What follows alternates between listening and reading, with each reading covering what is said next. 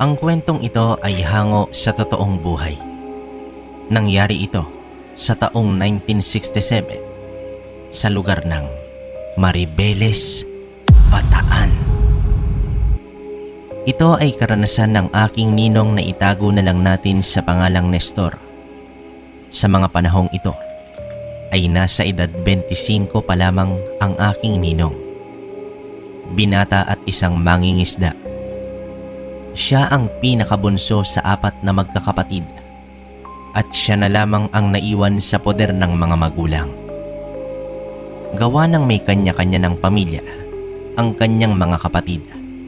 Ang dahilan kung bakit hindi pa bumuo ng sariling pamilya si Nestor ay ang pagiging antingero. Meron siyang 2 tangan, ang mutya ng kalabaw at trabungko ng ahas. Malaking impluwensya sa kanya ang kanyang lolo na isang albularyo. Ngunit sa kasamaang palad ay nagapi ito ng isang aswang at nawala ng buhay. Ilang taon na rin niyang hinahanap ang aswang na pumaslang sa kanyang lolo. Kaya naman ganoon na lamang katindi ang kanyang pagnanasang makapatay ng aswang. Dahil sa taglay niyang mutya ng ahas ay napapasuko niya ang lahat ng mababangis na hayop, lalong-lalo na ang mga pinakamakamandag na ahas. At ang mas matindi pa ay nagagawa niyang utusan ang mga ito.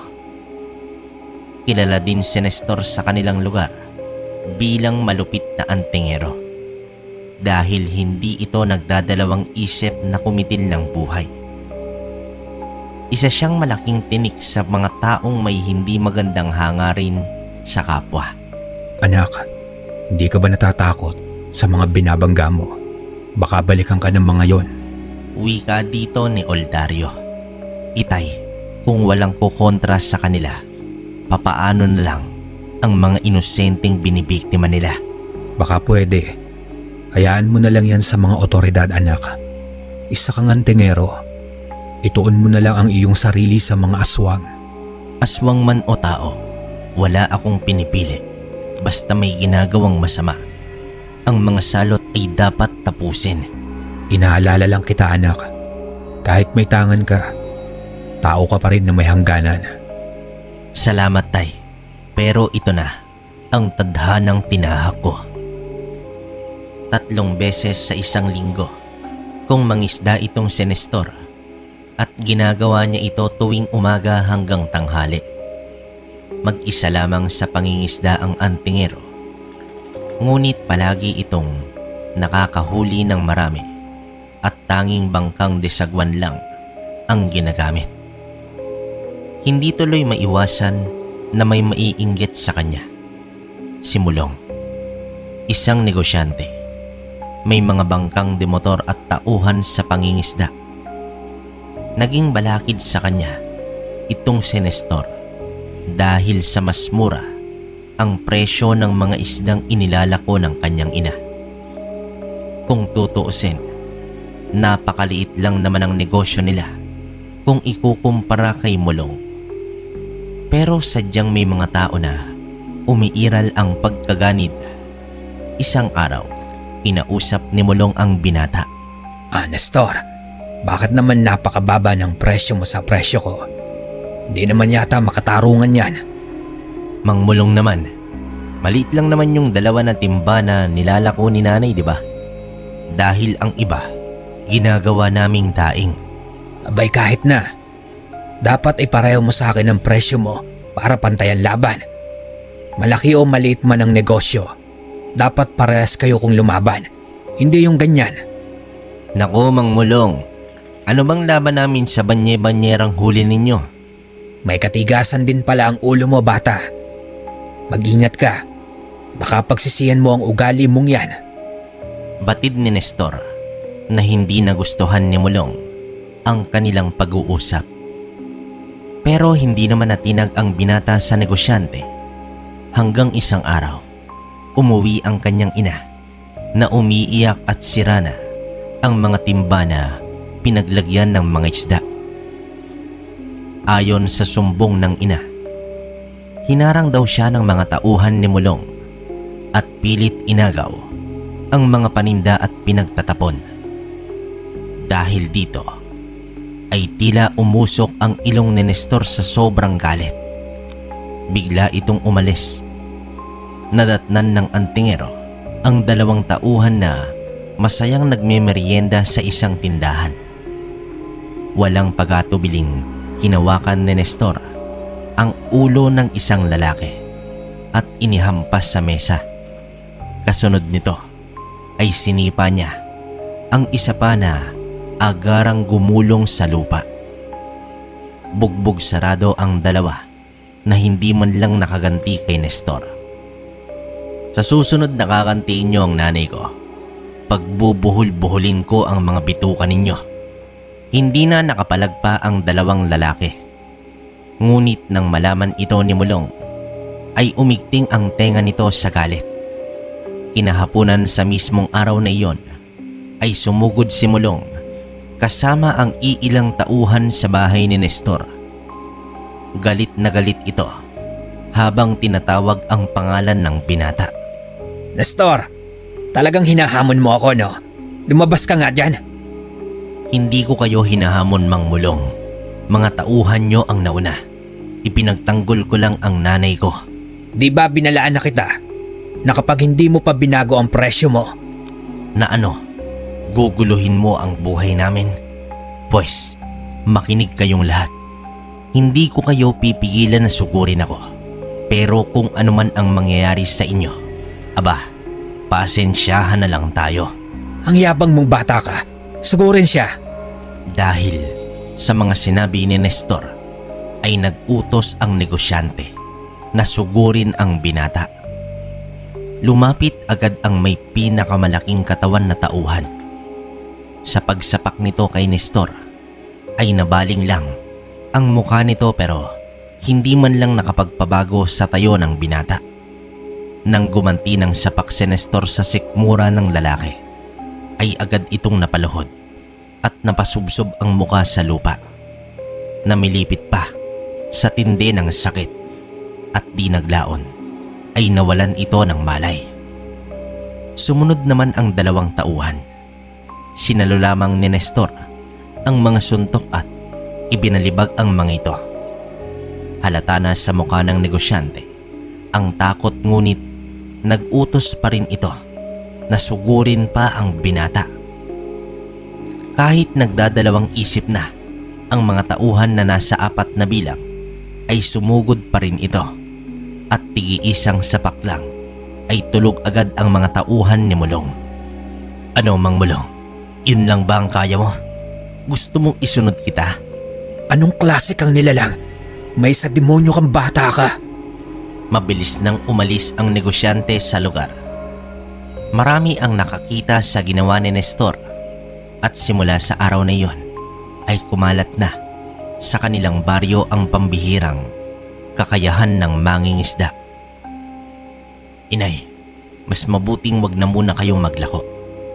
Asikasuhin mo na lang ang mga daing.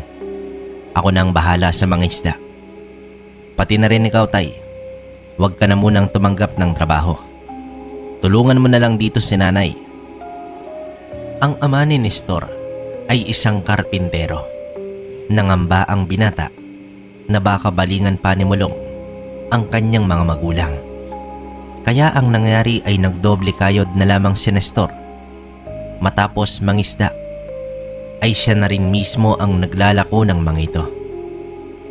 Hindi naman niya iyon alintana dahil halos hindi naman nakakaramdam ng pagod dahil sa mga tangan na mutya. Habang naglilibot sa paglalako itong si Nestor, ay hindi naman maiwasan na may mga taong sumasaludo sa kanya. Mas mabuti na rin daw ang kanyang ginawa upang mabawasan man lang ang kayabangan ni Mulong. Sa ilang beses na paglalako ni Nestor ng isda, ay napadpad siya sa isang liblib na lugar. Sa buong buhay niya sa Maribeles, ay nabibilang lamang kung ilang beses siyang nagawi sa lugar na iyon.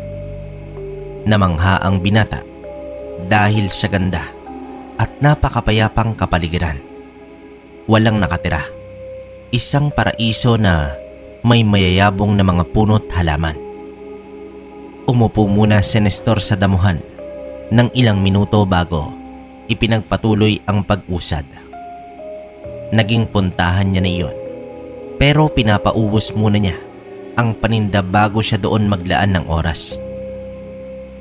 Minsan isang beses, bandang hapon, payapang humiga si Nestor sa damuhan at napaidlip pa nga ito. Hanggang sa nabaling ang kanyang atensyon sa tunog na tila may naghuhukay sa lupa. Marahan naman siyang bumangon at nagpubli sa mga halaman at sinilip kung sino ang naghuhukay. Nasipat niya ang isang lalaki. May kalakihan ang katawan at kulot ang buhok, hanggang sa may ibinaon ang lalaki sa lupa at mabilis din itong tinabunan. Hindi naman matukoy ni Nestor kung ano ang ibinaon nito sa lupa dahil may kalayuan din ang pagitan niya sa lalaki. Iniisip na lamang niya na patay na hayop ang ibinaon ng lalaki. Umalis din ito agad. Nakasaklay pa ang pala sa balikat at normal itong naglakad. Wala naman inisip na masama ang binata sa lalaking iyon, lalo pat wala naman siyang nakitang kakaiba. Bago magtakip silim ay umusad na si Nestor papauwi sa kanila. Nadaanan niya naman ang bahay ni Aling Janet na may iilang katao ang nagkukumpulan. Nakiusyoso naman si Nestor dahil nakita niyang umiiyak ang isang ali. Napag-alaman niya na 2 araw na palang hindi umuuwi ang dalagitang anak nito. Isang hapon ay inutusan daw niya itong bumili ng ulam sa palengke, ngunit hindi na ito nakabalik. Sa mga sandaling iyon ay mag-isa lang ang ale sa bahay dahil patuloy pa rin sa paghahanap ang kanyang mag-ama. Sinamahan na lamang siya ng iilang kapitbahay. Paalis na sana itong si Nestor nang dumating naman ang mag-ama ni Aling Janet. Ayon naman sa kanyang asawang si Mang Ignacio ay may nakakita daw sa kanilang anak na may kasamang lalaki na medyo may kalakihan ang pangangatawan at kulot ang buhok, pero hindi daw ito kilala ng nakakita. Inakala daw ng mga nakakita na baka magkamag-anak iyon. Base sa paglalarawan ay sumagi sa isipan ni Nestor ang lalaki nakita niya kanina na merong inililibing. Napapikit na lamang ang binata at tahimik itong nagdasal na sana mali ang kanyang naisip. Sa pag-uwi ni Nestor ay hindi talaga siya mapalagay sa kakaisip at talagang masama ang kanyang kutob sa pangyayari. Habang lumalalim na ang gabi ay nabagabag talaga siya ng gusto. Kaya naman ang ginawa niya ay kumuha siya ng palakol at nagtungo sa lugar kung saan may inilibing ang lalaki.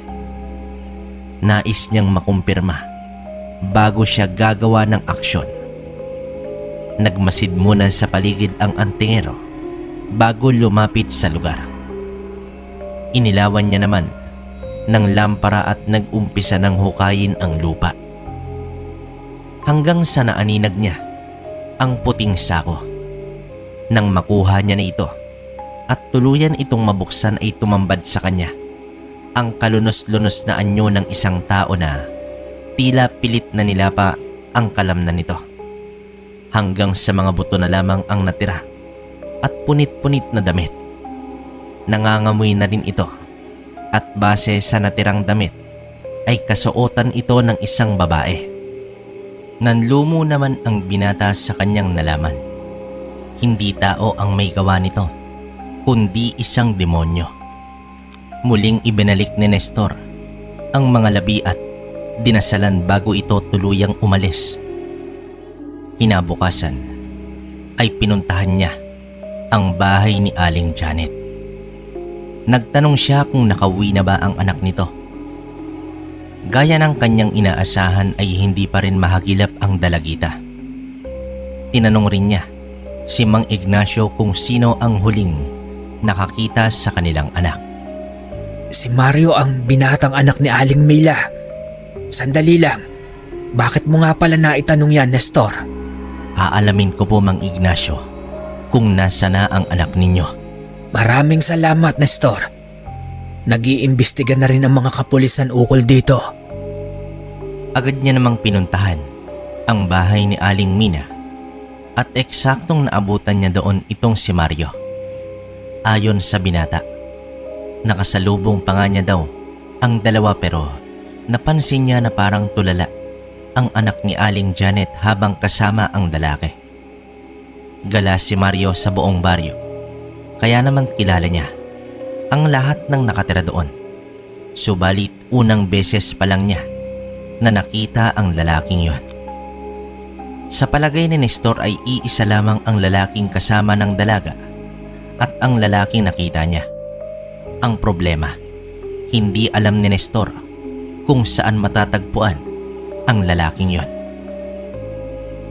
Habang marahan siyang naglalakad ay inisip niya ang bawat bahagi ng kanilang baryo na may kabahayan. Karamihan sa mga ito ay kilala niya sa pangalan at muka. Hinala ni Nestor ay baka taga ibang lugar ang lalaki. Subalit bigla niyang naisip, bakit pa dadayo sa kanilang lugar ang lalaki para maglibing ito ng tao? Malaki ang hinala ng antingero na malapit sa lugar na pinaglibingan ang lalaki. Kaya naman agad siyang bumalik sa lugar. Subalit nakasalubong niya si Mulong na may 6 na tauhan at humarang pa ang mga ito sa kanyang dadaanan. Naku naman, Mang Mulong, pwede bang wag ngayon? May malaga akong gagawin. Wala akong pakialam kung gaano pa kaimportante ang gagawin mo. Tignan natin ngayon kung makakaligtas ka pa sa amin. Naglabas ng baril ang negosyante at bumunot naman ng itak ang kanyang mga tauhan. Sabay-sabay pa itong sumugod sa binata, ngunit sinalaglang nito ang mga itak at hindi man lang siya nasugatan. Nabatras na lamang ang 6 na kalalakihan at sa mga sandaling iyon ay si Nestor naman ang sumugod. Inagaw niya ang isang itak at mabilis niyang tinaga ang mga tauhan ng negosyante. Isa-isa niyang pinutulan ng mga kamay ang mga ito. Nagsitakbuhan naman ang mga naputulan upang masalba pa ang kanilang sarili at naiwang mag-isa itong si Mulong. Itinutok nito ang baril sa binata, ngunit ilang beses niya nang kinalabit ang gatilyo ay hindi pa rin pumuputok ang baril. Napangisi na lamang si Nestor at agad itinulak itong si Mulong. Itinali niya ang negosyante gamit ang mga baging. Akala mo ba hindi ako makakawala dito, demonyo ka? Siguro makakatakas ka sa mga baging, pero sa kanila, hindi. Nagsilabasa naman ang 8 banakon at humarap kay Mulong. Nanlaki ang mga mata ng negosyante, ang nanginginig na sa takot.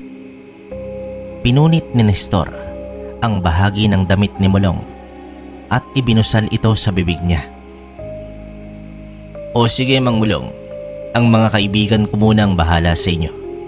Pero babalaan kita, isang maling galaw mo lang, katapat nun ay isang tuklaw.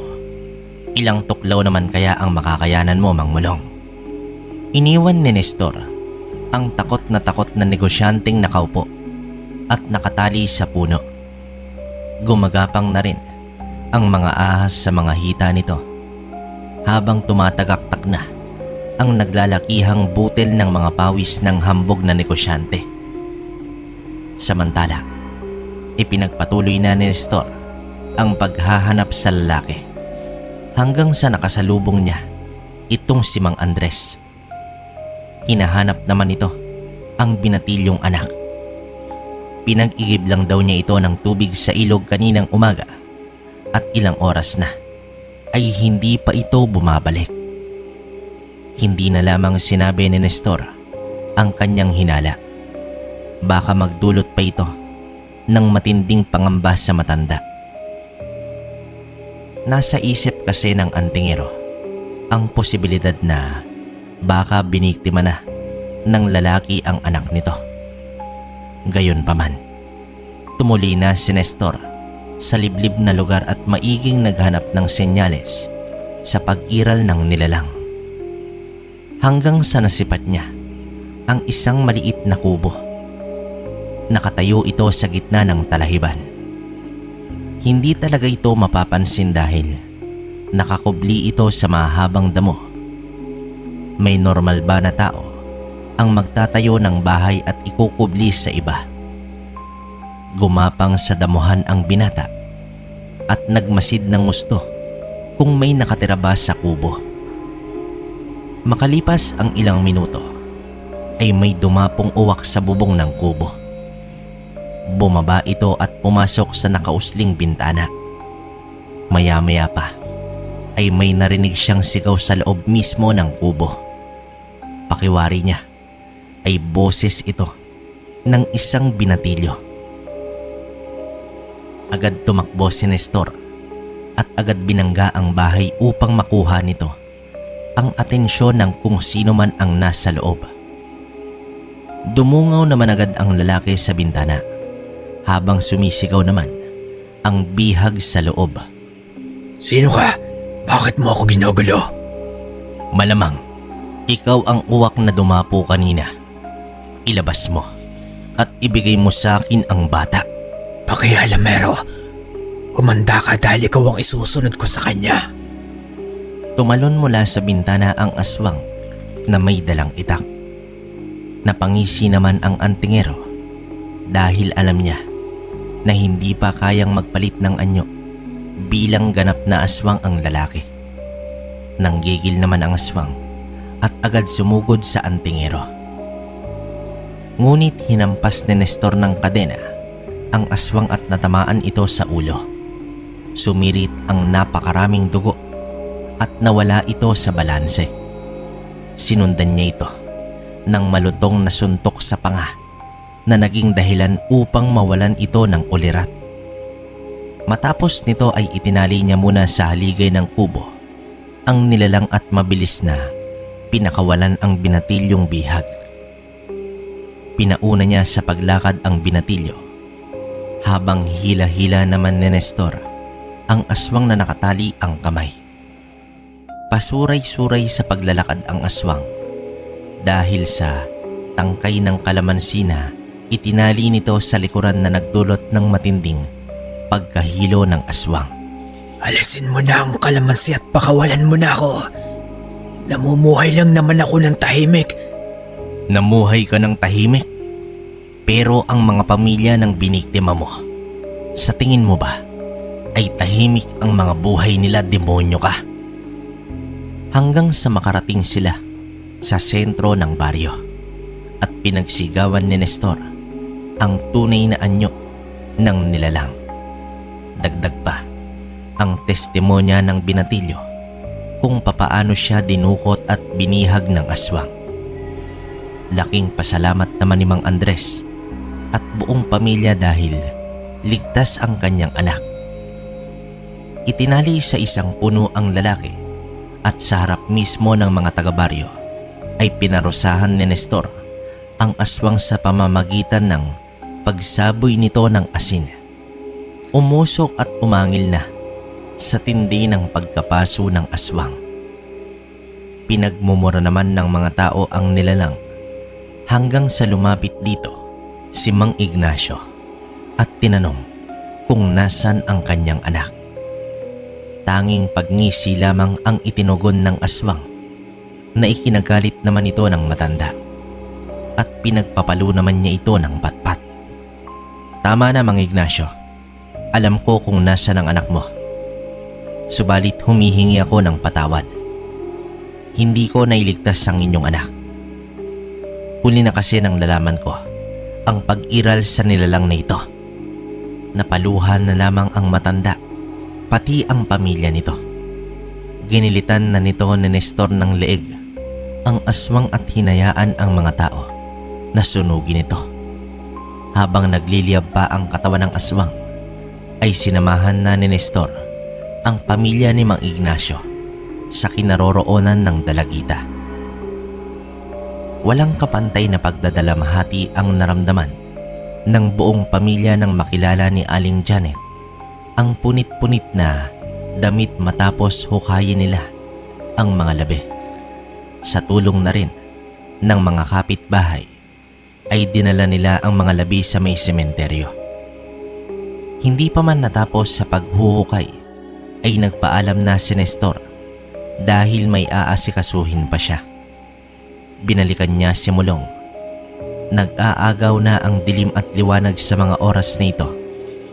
Naabutan niya ang negosyante na nanghihina na at hindi pa rin ito makagalaw dahil sa mga ahas na nakabantay sa kanya. "Kamusta na, Mang Mulong? Ayos ka pa ba? Pasensya na kung natagalan ako. Naiinip ka na ba? May isang salot pa kasi akong inihatid kay Satanas. Alam mo ba, Mang Mulong, na isa ka ring salot sa lugar na ito. Pero bibigyan kita ng pagkakataon. Baka sabihin mo wala naman akong awa." Nanginginig na si Mulong at nang inalis ang busal nito ay abot langit ang paghingi nito ng tawad at labis na nagmamakaawa ito sa binata. Tinanggalan niya ng tali ngunit biglang tinuklaw ng ahas ang paa ni Mulong. Pinatakbo naman ni Nestor ang negosyante at sinabihang maghanap ng makakagamot dito habang tumatawa. Hindi pa man nakalayo itong si Mulong ay bigla naman itong natumba. Nang lapitan ito ni Nestor ay labis na ang panghihina ng negosyante. Nais man itong magsalita ngunit umabot na sa muka ang kamandag ng ahas hanggang sa nalagutan na ng hininga ang mayabang na si Mulong. Umiiling si Nestor at iniwan na lamang ang labi ng negosyante. Kinabukasan ay hindi muna pumalaot si Nestor dahil inayos pa niya ang kanyang lambat. Nilapitan naman siya ng kanyang ama at inausap. "Isang aswang na naman ang nahuli mo, anak. Hinahanap mo pa rin ba ang aswang na pumaslang sa iyong lolo?" Matatahimik lang ako, Tay, kapag nahanap at naparusahan ko na ang aswang na pumaslang kay lolo. Isa siyang bangungot sa akin na dumadalaw gabi-gabi. Hinding-hindi ko makakalimutan ang pagmumukha ng aswang na yon. "Ilang taon na rin ang lumipas, anak. Malamang wala na sa lugar na ito si Armando." Hindi pa rin ako nawawala ng pag-asa, Tay, na muling magtatagpo ang landas namin ni Armando. Maiba nga pala ako, Tay. Maaari na kayong bumalik sa pagkakarpintero at sa paglalako naman si nanay. "Bakit, anak? Ligtas na ba kami sa mga tauhan ni Mulong?" Oo, Itay. At kahit mismo kay Mulong ay ligtas na kayo. "Bakit? Ano bang ginawa mo, anak? Huwag mong sabihin." Wala nang mga salot, Tay. Magkasama na sila ng aswang na humarap kay Satanas. Ang lolo ni Nestor na si Siding ay isang albularyo. May malaki itong bahagi kung bakit nagka-interes si Nestor sa mga uri ng anting-anting. Sa katunayan, ang mutya ng ahas ay ipinamana sa kanya ng kanyang lolo. Sa panahong nakaratay na sa higaan itong si Siding, ay muli itong dinalaw ni Armando, ang mortal niyang kalaban na isang aswang. Walang ibang angad si Armando kundi makuha ang mutya ng ahas mula sa matanda na matagal na nitong inaasam-asam. Sa bahay ni Siding ay tanging ang disipulo lang ang kanyang kasama. At isang gabi ay muling nagparamdam ang aswang na si Armando. Kakababa pa lang ng araw ay sumugod na si Armando. Sa mga sandaling iyon ay wala na kay Siding ang mutya at ang tanging alam pa lamang ng kanyang disipulo ay ang simpleng tigalpo na pantaboy ng mga masasamang uri ng elemento. Hindi natinag si Armando sa ginawa ng disipulo. Pinagtatawanan lang niya ito. Samantalang itong si Siding ay pilit na nakikipaglaban sa espiritual na paraan niya. Kinalaban si Armando. Subalit sa sobrang hina na ng pangangatawa ng matanda at wala pa sa kanya ang mutya, ay mabilis siyang napangibabawan ni Armando. Nang bumitiw ang matanda ng pag-atake sa diwa ni Armando, gawa nga ng hindi na nito nakakayanan pa, ay lumabas na ng bahay ang disipulo at hinarap ang aswang.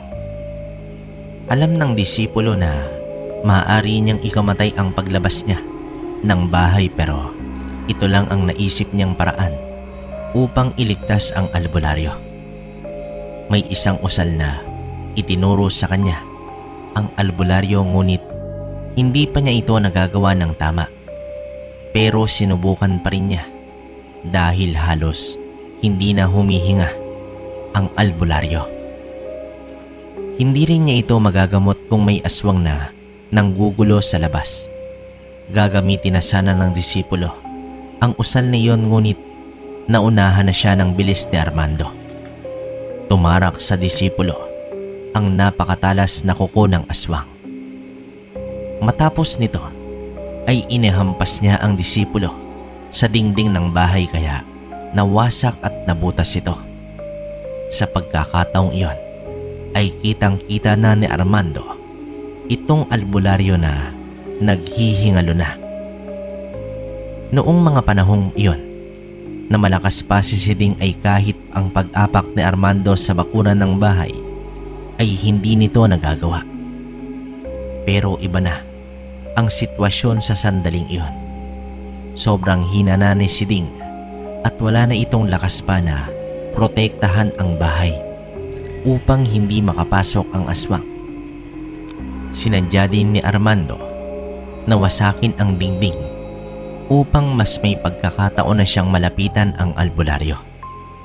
Kahit papaano ay may natitirang espiritual na harang pa sa bahay, ngunit natitiis na ito ni Armando dahil sa sobrang hina na.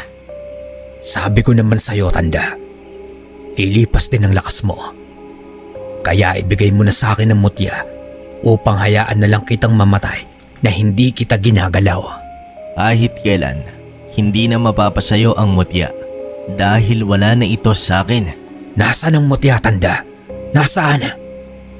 Ngumiti naman ang albularyo at ikinagalit naman ito ng aswang. Sa galit nito ay pinagkakalmot niya ang matanda at nagtalsikan ang mga dugo at pati mga laman loob nito. Umangil din ng malakas ang aswang dahil hindi niya natagpuan ang mutya. Sinira niya na rin ang bahay hanggang sa tumambad sa kanya ang batang si Nestor na may dalang ulam para sa kanyang lolo. Nakatayo ang bata na parang tumirik na kandila dahil sa takot ng masilayan ang aswang na si Armando. Dahan-dahang nagpalit ng anyo ang aswang at naging tao. Lumapit ito sa bata, ngunit bigla itong natigilan nang maramdaman ito ang presensya ng mutya na nasa bata. Bata, ibigay mo sa akin ang mutya. Pangako hindi kita papatayin. Makakauwi ka sa inyo, kaya ibigay mo na ang bagay na iyan. Nanginginig na si Nestor at hindi alam ang gagawin. Ito ang unang beses na nakakita siya ng aswang. Dahil ayaw magsalita at hindi ibinigay ang mutya, ay muling nag-anyong aswang si Armando. Akmang sasakbali na siya ni Armando ay biglang natigilan ang aswang. Itinarak ng disipulo ang isang matulis na tangkay ng makabuhay sa likod ng aswang. Pansamantalang hindi nakagalaw itong si Armando habang papalayo na ang batang si Nestor. Matapos ang ilang minuto ay nakuha nitong matanggal ang nakatarak sa likod at binalingan ang disipulo na agad nawalan na ng buhay. Samantala, umiiyak na tumatakbo pabalik sa kanilang bahay si Nestor at doon niya inilahad sa mga magulang ang kanyang nakita.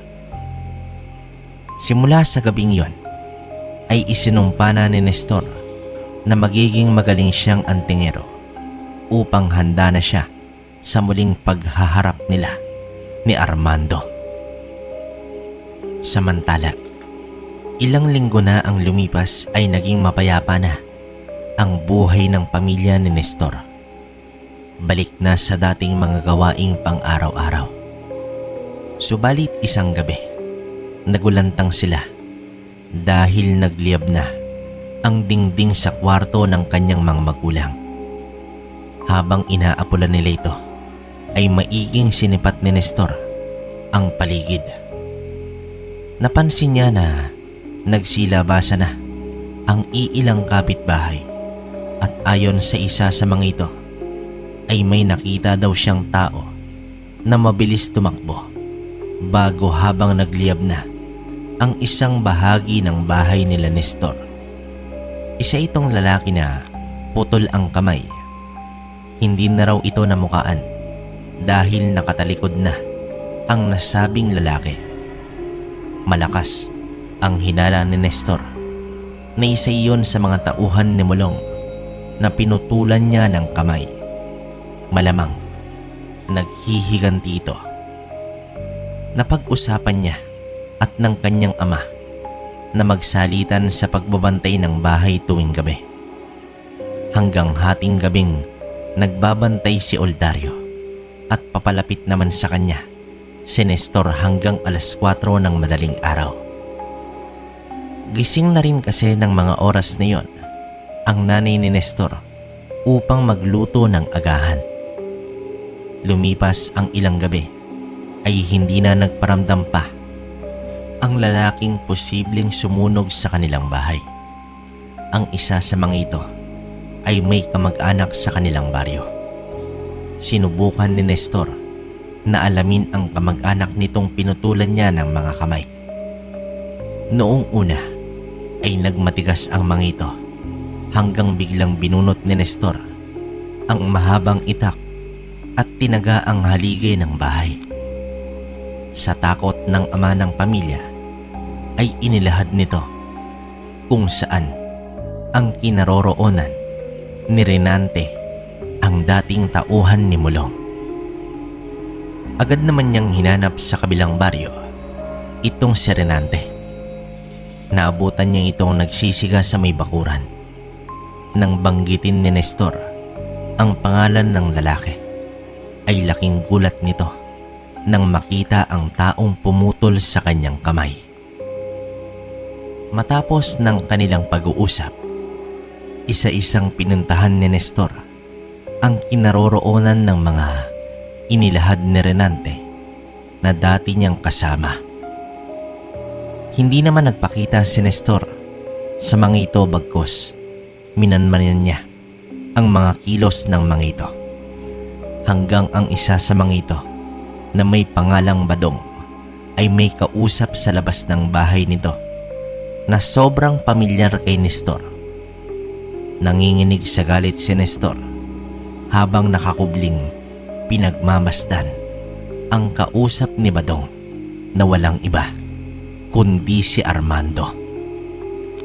Hindi niya alam kung ano ang relasyon nito sa dating tauhan ni Mulong.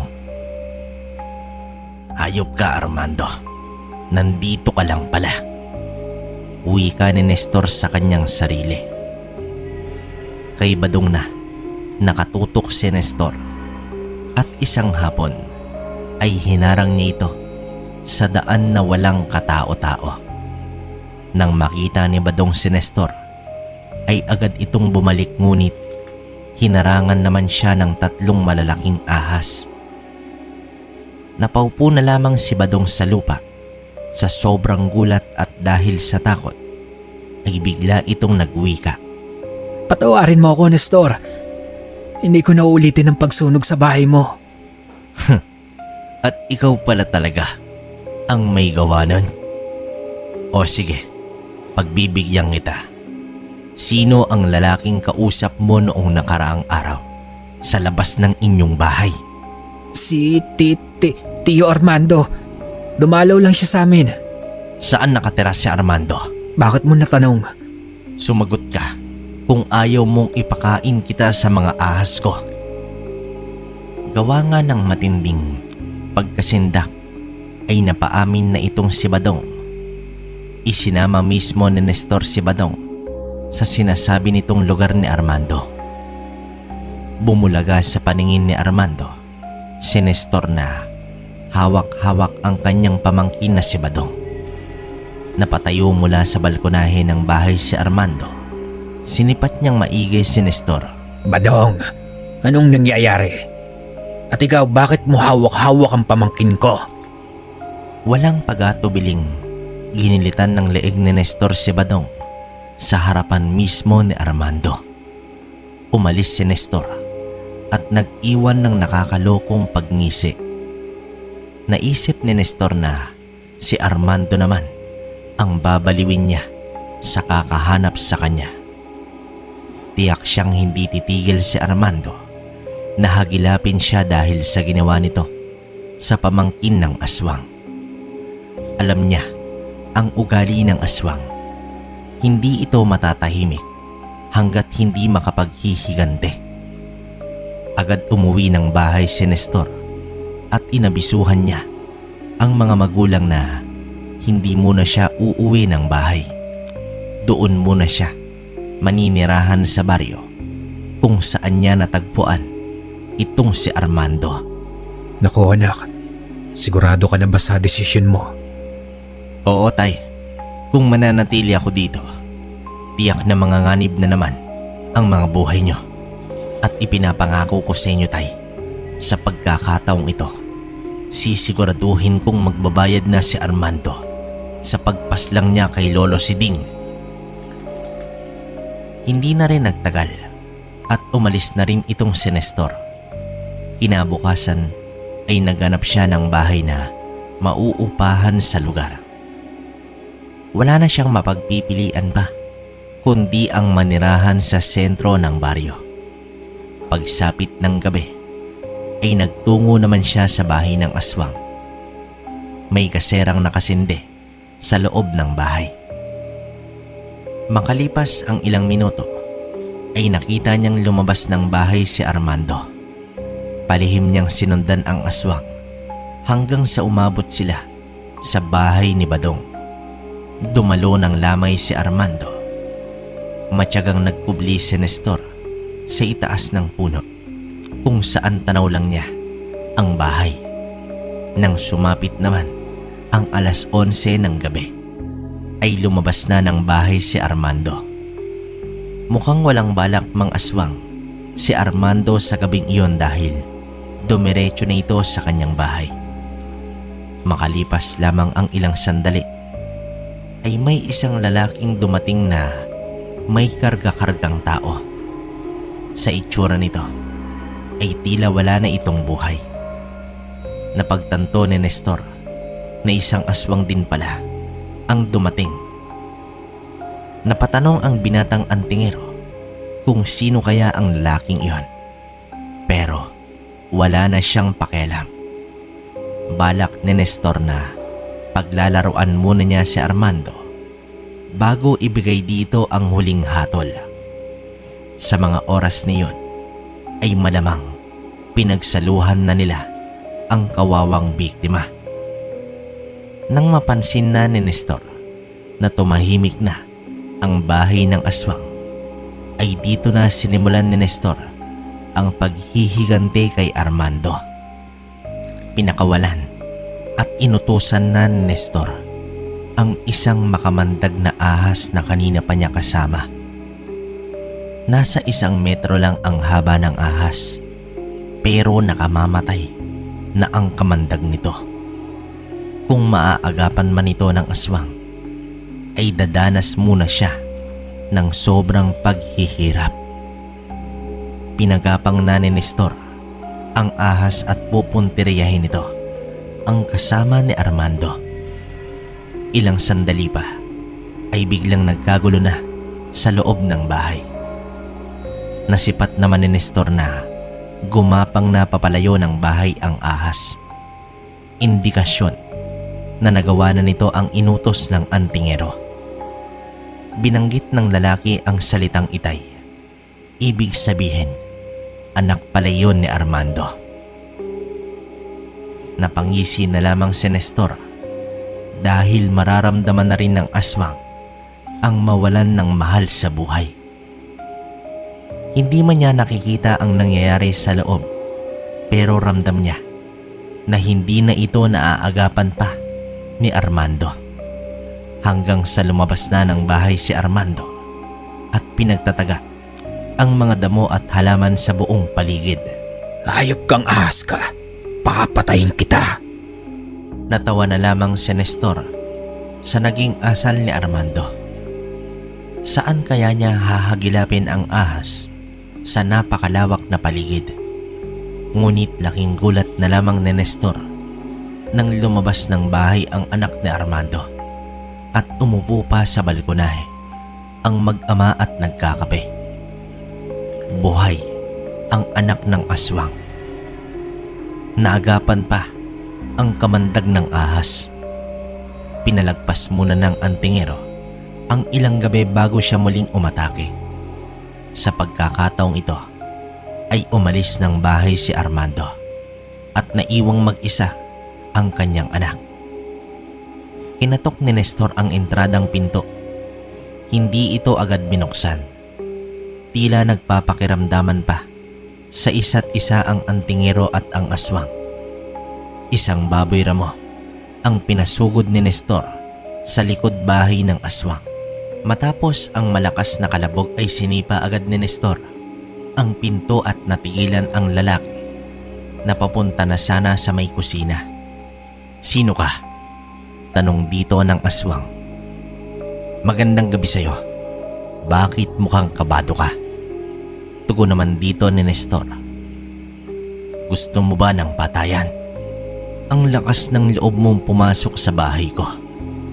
Wika dito ng aswang. "Matibay ka pala. Nakaligtas ka pa sa kamandag ng ahas. Ikaw ang may gawa nun. Papatayin kita." Sinugod ni Unding ang antingero at nagpambuno silang dalawa. Gulat na lamang ang aswang dahil hindi natitinag si Nestor sa mga suntok at sipa nito. Bagkus, napapangisi lamang ang binata. Akmang magpapalit na ng anyo ang aswang, ay sinugod agad ito ng binata. Umabot hanggang kusina ang pagtilapon ni Unding sa lakas ng pagkabangga ni Nestor sa kanya. Dinaganan agad ni Nestor ang nakabulagtang aswang at tuon ay inundayan niya ito ng malalakas na suntok sa mukha. Habang ginagawa iyon ni Nestor, ay inalala niya ang nangyari sa kanyang lolo na mas lalo pang nagpapalakas sa kanyang mga suntok. Hindi na maipinta pa ang mukha ni Unding sa tindi ng mga suntok ng antingero, hanggang sa isang napakalakas na suntok ang binitawan ni Nestor at lumusot ang ulo ng aswang dahil nawasak ang lupa. Hindi na gumalaw ang aswang nang masipat ni Nestor ang isang itak na nakasabit sa kusina, ay agad niya itong kinuha. Tinadtad niya ng taga ang tiyan ng aswang. Nagtatalsika na ang mga dugo at lumabas na rin ang bituka ng aswang. Hindi pa nakontento si Nestor, ay pinuntirya niya naman ang dibdib ng aswang hanggang sa mahugot niya ang puso nito na naging dahilan upang malagutan ng hininga. Bilang panghuli ay pinugutan ng antingero ng ulo ang aswang. Sa pagbalik ni Armando, akmang kakatok na ito sa pinto, ay may pumapatak sa kanyang kamay. Nang tumingala si Armando, ay tumambad sa kanya ang pugot na ulo ng kanyang anak. Sumigaw si Armando at agad itong pumasok sa bahay. Naabutan niya si Unding na wala ng buhay. Wakwak ang harapan ng katawan. Nakalabas ang bituka at nakapatong sa dibdib ang puso. Walang mapaglagyan ng galit si Armando. Lumabas ito ng bahay at sumisigaw. Kung sino kang hayop ka na pumaslang sa aking anak, lumabas ka. Harapin mo ako. Magtutuos tayong dalawa.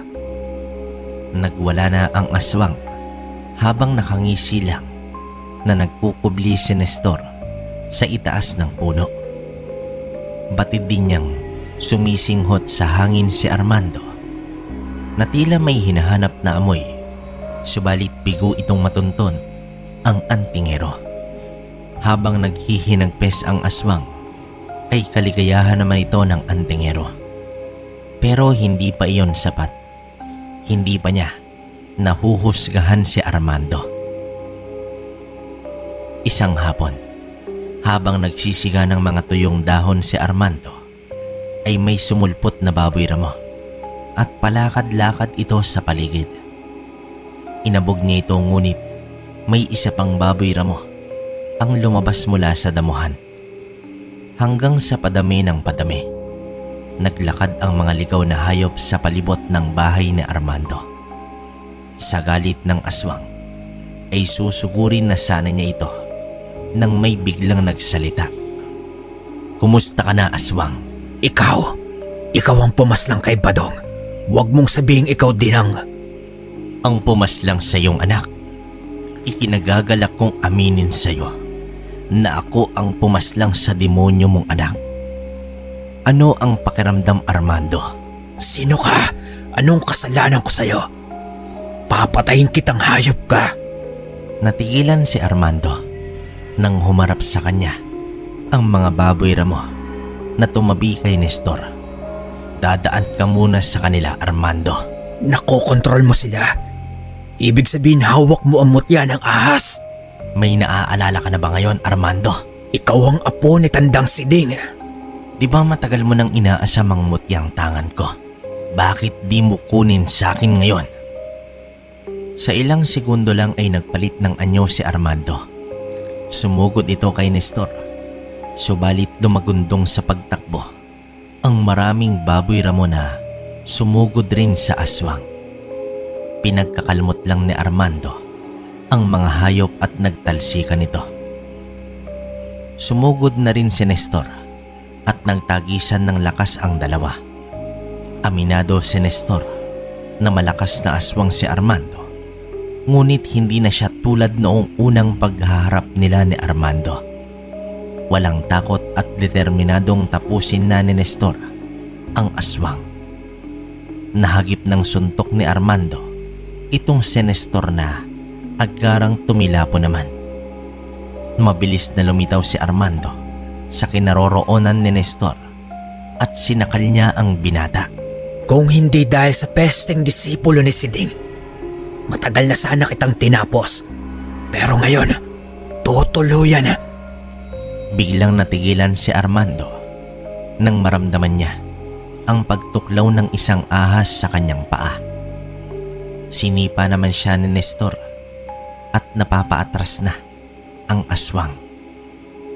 Hindi ko alam kung ano ang paraan mo upang labanan ang kamandag ng isang banakon.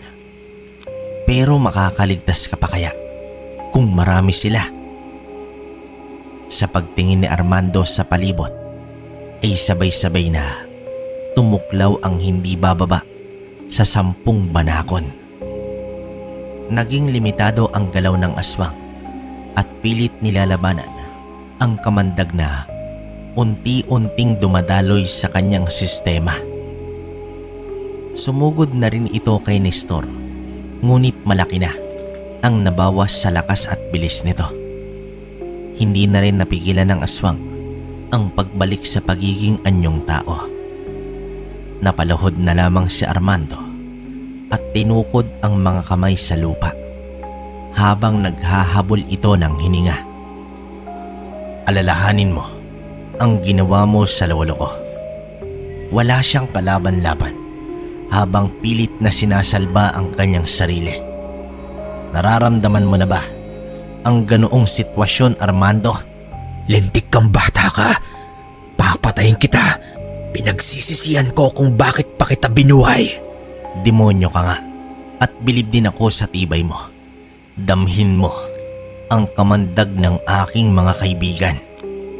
Inilabas ni Nestor ang mutya ng ahas at inilapit sa mukha ng aswang habang dilat na ang mga mata ni Armando. Akin na yan. Ibigay mo na sa akin yan. Para ano? Para muli kang magkasik ng lagim? Biglang sinantok ni Nestor ang mukha ng aswang. Tumilapon ito at nagpagulong-gulong sa lupa nang bumagsak na ito. Pilit gumapang ang aswang patungo sa loob ng bahay. Ngunit pinagtataga naman ni Nestor ang mga paa ng aswang hanggang sa maputol ito. Nagpatuloy pa rin ang aswang sa paggapang. Nagtungo naman sa siga itong si Nestor at sinindihan dito ang mga patay na dahon ng nyog at itinapon sa balkonahe ng bahay. Unti-unti na lamang nagliyab ang bahay ng aswang. Napayuko na lamang ito at umangil ito ng malakas. Wala na itong kakayahang lumaban. Nag-umpisa ng nanuyo ang balat nito at nanginginig na ang katawan. Indikasyon na sinakop na ng kamandag ang buong katawan nito. Lasapin mo ang unti-unting kamatayan, Armando. Pilit tumihaya ang aswang hanggang sa bumuka na lamang ang bunganga nito at tumirik ang mga mata. Pinagmasdan ni Nestor ang paghihirap ng aswang na unti-unti namang pumawi sa sakit na dinadala nito sa loob ng mahabang panahon. Sa wakas ay nabigyan niya na ng hustisya ang kanyang lolo si Ding. Binuhat niya ang katawan ng aswang at inihagi sa nag-aapoy na bahay nito. Kasamang tinupok ng apoy ang bahay at si Armando. Napaupo na lamang ang binata dahil sa wakas nagawa niya na ang matagal niya nang inaasam-asam. Subalit, ang totoong layunin ng isang antingero ay mananatili sa kanya habang buhay.